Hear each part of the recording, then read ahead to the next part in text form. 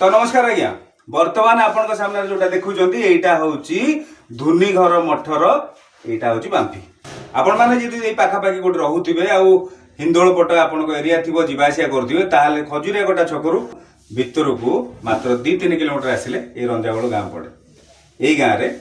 बड़ पोखरीटी अच्छी आ पोखरी पाखे धुनी घर मठ ये रंजागड़ मठ कहले ये अंचल समस्ते जानती। यही मठटा पाखापाखि 250 वर्ष पुराना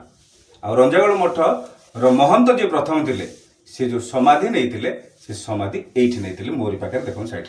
बांफी उठिले यही जगह लिखाई ओम श्री गु शरणम समाधि द्वार।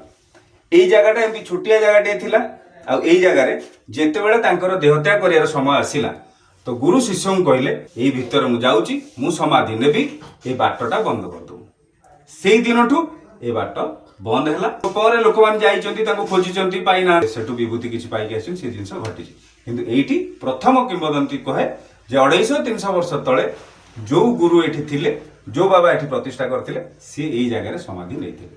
बांपी पाखरे आपण मैंने जब आसुँच बुलिकी जी आपण मान जाना ये जिनसा